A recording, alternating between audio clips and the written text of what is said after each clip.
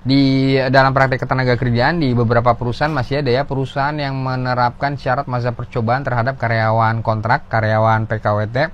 Jadi udah statusnya karyawan kontrak dikasih masa percobaan pula.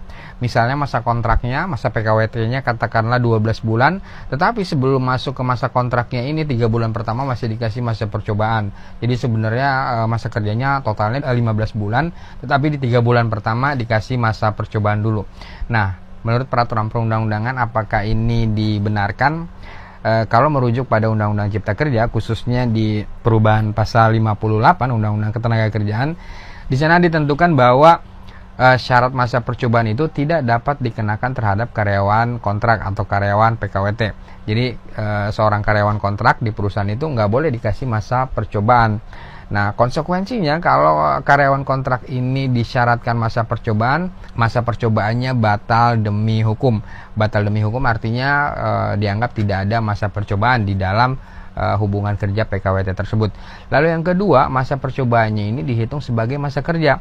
Jadi kalau contohnya seperti tadi 3 bulan masa percobaan, kemudian 12 bulan masa kontraknya PKWT-nya, masa percobaan yang 3 bulan ini dianggap tidak ada, batal demi hukum, sehingga waktu kontrak keseluruhannya itu totalnya adalah 15 bulan. Nah, konsekuensi berikutnya adalah ketika misalnya masa kontrak dari karyawan PKWT tersebut berakhir.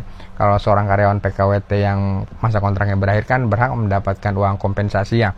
Nah, kalau sistemnya seperti tadi, di mana total masa kerjanya itu 15 bulan dan 3 bulan pertama ini tidak dihitung masa percobaan, maka yang dihitung sebagai dasar perhitungan uang kompensasinya adalah masa kerja keseluruhan, masa kerja yang 15 bulan ini.